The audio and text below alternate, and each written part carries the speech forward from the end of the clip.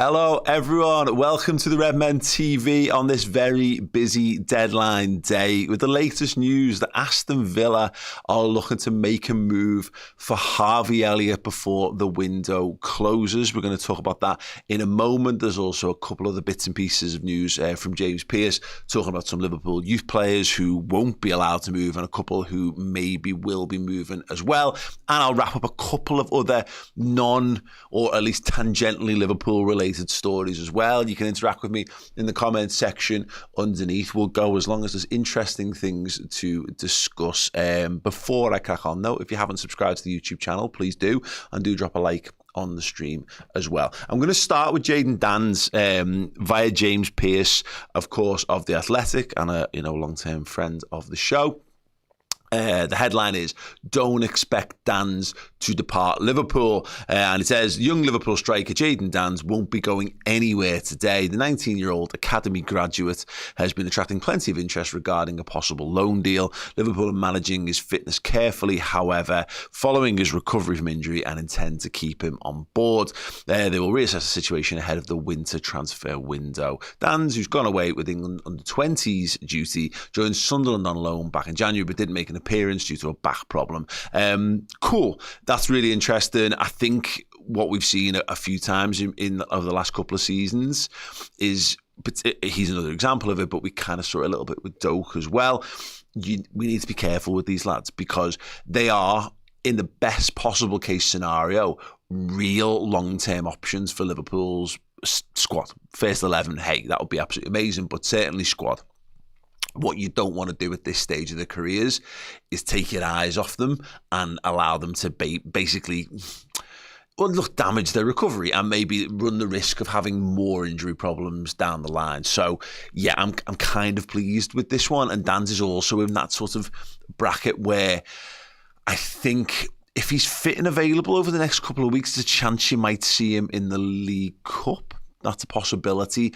Obviously, we know Isak looks like it should be getting done today, but he's going to take a little while to get up to speed. You want to be careful with Hugo Ekitike as well. So there might actually be a couple of opportunities for Danns to play for us, and then you look at him in January. I think that seems pretty sensible. One thing that is interesting just beyond that from Pearce's update, youngsters Stefan Bajcetic, Callum Scanlon and Luke Chambers will also stay at Liverpool on deadline day as they recover from injuries. Bajcetic is in the final stage of his rehab after surgery on his hamstring in May. Feel really sorry for Stefan. Felt like this could have been a big summer for him. He managed to get himself back on track with the second loan last season, but obviously hamstring injury meant that we just didn't get to see a sniff of him throughout pre-season, which doesn't actually bode particularly well for his levels of fitness throughout this season, of course. So again, is there something where you do just keep an eye on him till January, try and get him a few minutes here and there? I hold high hopes for him, but another one that I'll mention in a second is Kate Gordon. Apparently he could go on loan to Blackpool. And we saw it happen with Ryan Brewster as well. If you miss a year, 18 months of development at that point of your career, sometimes it can be hard to get back on track. And it's mad to think that a lad who played in Liverpool's midfield against Real Madrid, it was in our starting 11 in the Champions League game against Real Madrid and played really well prior to injury, might not be able to scale the heights. Is really, really upsetting. But this is a pivotal time and they want to make sure they get this right. So I was hoping when the season ended that we might get to see him in pre-season and he might force his way into slots. Just squad for this season would have been nice. But yeah, it doesn't look like that's going to be happening just yet. Do keep your comments coming in. We've got one here from, before I talk about the Elliott stuff, Jordan Butts says, Paul, do Sundays get any better than yesterday? Love the content, up the Reds. No. Basically, yeah, great. Absolutely fantastic because, yeah, I mean, look, beating the team that are purportedly your nearest title rivals, doing it with a goal that just is so eminently rewatchable. From Szoboszlai, great. All the fallout and content that comes from it, and then yeah, I mean, I was in bed. I missed the breaking Isak news. So actually, for me, that was Monday news. But actually, if you were still awake post match, that was very much Sunday. The Isak stuff. So yeah, pretty good, right? Yeah, pretty good. Just neat. I've absolutely butchered that, and I apologise. McConnell on loan to Ajax is such a fantastic move. Yeah, he's another interesting one. I always forget about McConnell, which is mad because I've been so focused on so many other Liverpool players, and maybe he falls into that trap of because he looks like all of our local lads in that age group. They're all like reasonably similar build. They've all got the same haircut. I do forget a little bit of McConnell, but obviously Klopp had a lot of time for him, and Slot was very complimentary of him as well. So yeah, decent move to Ajax. Be interesting if he takes Henderson's minutes this season coming. Would be very interesting indeed. So there's a lot of people saying things like swap deal for Rodgers. What could this all mean? Let's move on to the Harvey Elliott news. This again via The Athletic. Jacob Tanswell and James Pearce on the byline on this one. Aston Villa exploring move for Liverpool midfielder Harvey Elliott. Yes. Earlier this month, German club RB Leipzig contacted Liverpool over a potential move to the 22-year-old, who the Premier League side value in excess of 40 million plus a buyback option or above 50 million without one. Discussions are centred around the structure of an agreement that ensures Villa comply with UEFA restrictions. There is a slight separate piece of news here on Villa. You know what, let's just do this before we delve into the Elliott stuff, because I think this is quite interesting, just in a broad football sense. Villa are on the verge of agreeing a deadline day loan deal for United winger Jadon Sancho. What do we think about that? So we were doing the Bias Transfer podcast. We do that, generally speaking, every Monday, but, we played on a Monday last week, and then deadline day today. So they've been kicked back a little bit. I think that's going to be getting recorded tomorrow now, wrapping up all of deadline day. Whatever. The Villa thing, Villa feel like a club that shot for the moon, missed, and then went, whatever. Just forget it. Who cares? Let's just sort of eke our way through the season and bollocks to it all. They had so much quality and depth after adding Asensio and Rashford in January, looked a real threat, and then they've just totally undermined the squad throughout the summer, and they just don't look the same team.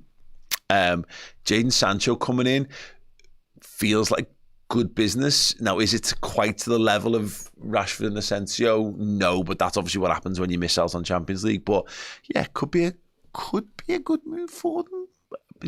We'll see.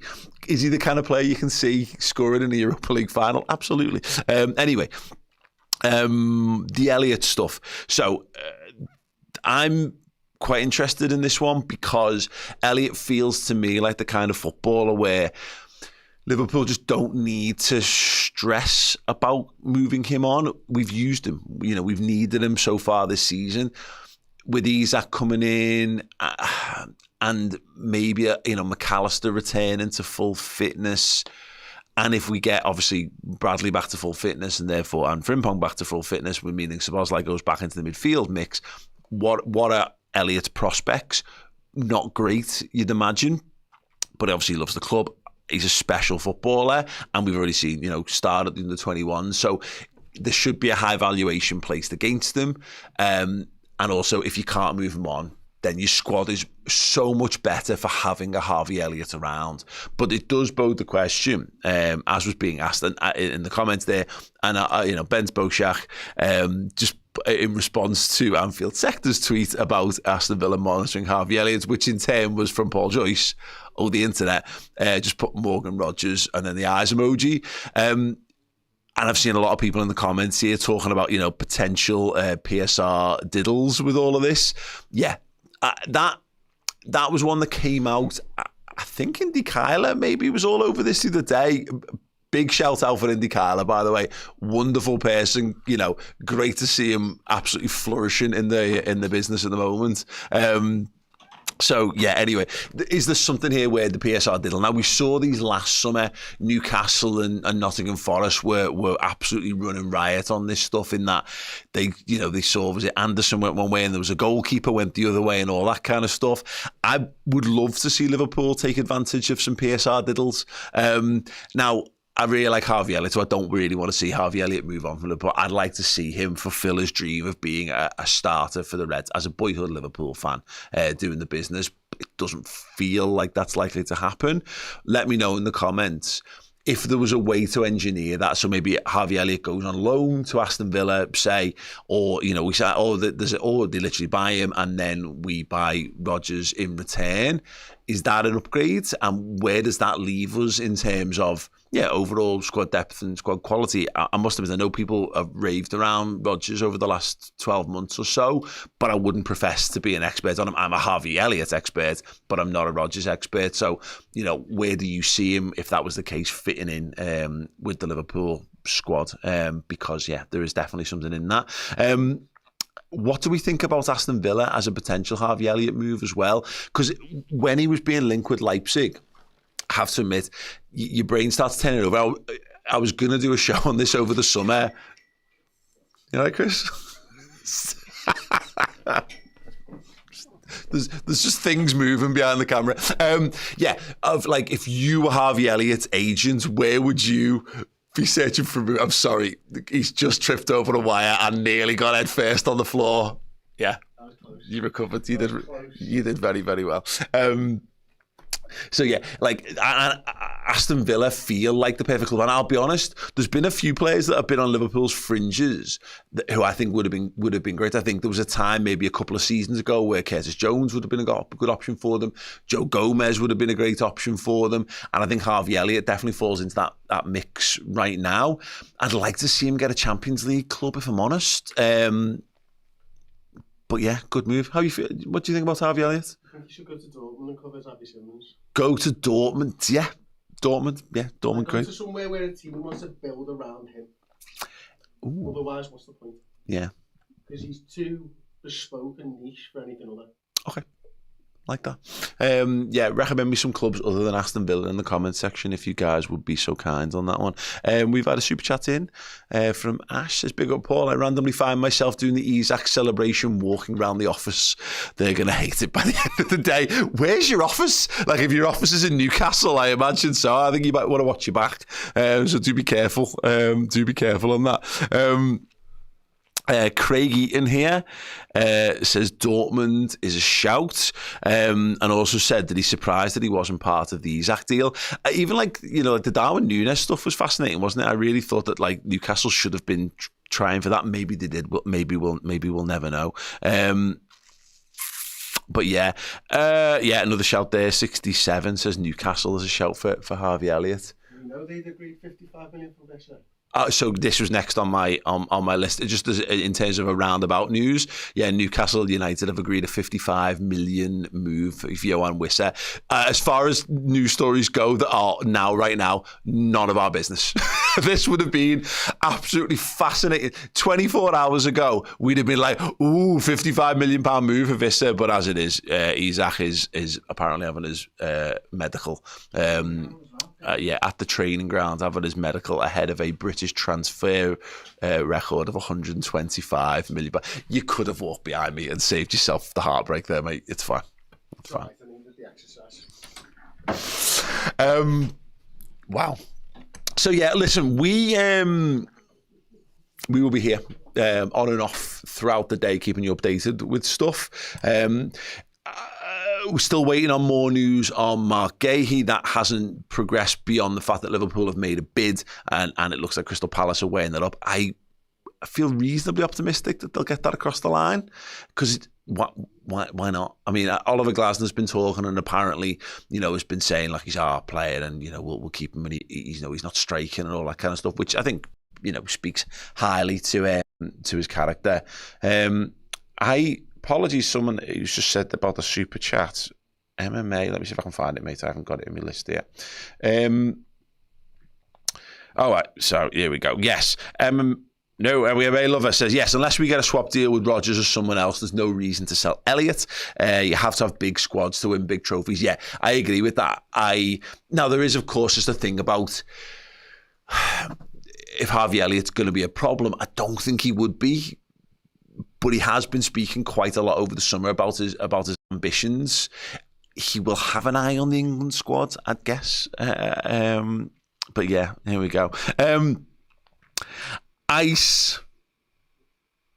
We know the rest. If anyone's been on any of our live shows will know there is no world, hopefully, in which I fall for Ice's name. You can find it in the chat. Or remember the time where Chris said it all the way through.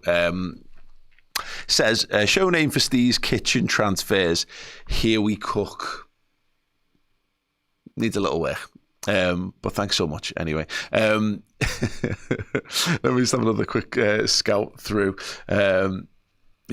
67 says, if Wissa is 55 million, then Isak is a great deal at 125. What is the additional 5 million for? The solidarity payments? Whatever, man. Just cool. I don't know. Just like, thanks so much for finally doing it, fee. Solidarity. Do we do a big, like Carl Weathers, Arnold Schwarzenegger type handshake, which is impossible to do with your own arms. But yeah, anyway. Some sort of weird payment type. Yeah, I wish I understand that more, but someone can probably explain it to us in the comments. Cool. If we signed Isak for 250 million, Brentford and 100 million for Wissa. Yeah, I am feeling pretty good. There we go. Saying Paul, we gave them a tip saying keep the change for solidarity. Yes, sound. It's so good. So good. Such a good move. Such a good move and mood.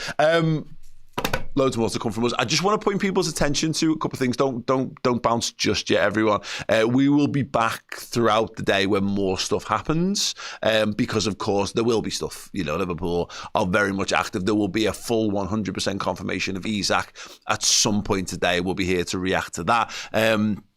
And obviously, if Grahey breaks and Harvey Elliott and anything else as well. So make sure you subscribe to the channel, click the notification bell if that's still a thing, drop a like. And if you're looking to keep yourself entertained, aside from obviously Sky's coverage, can I direct you towards Toffee TV? Is that possible?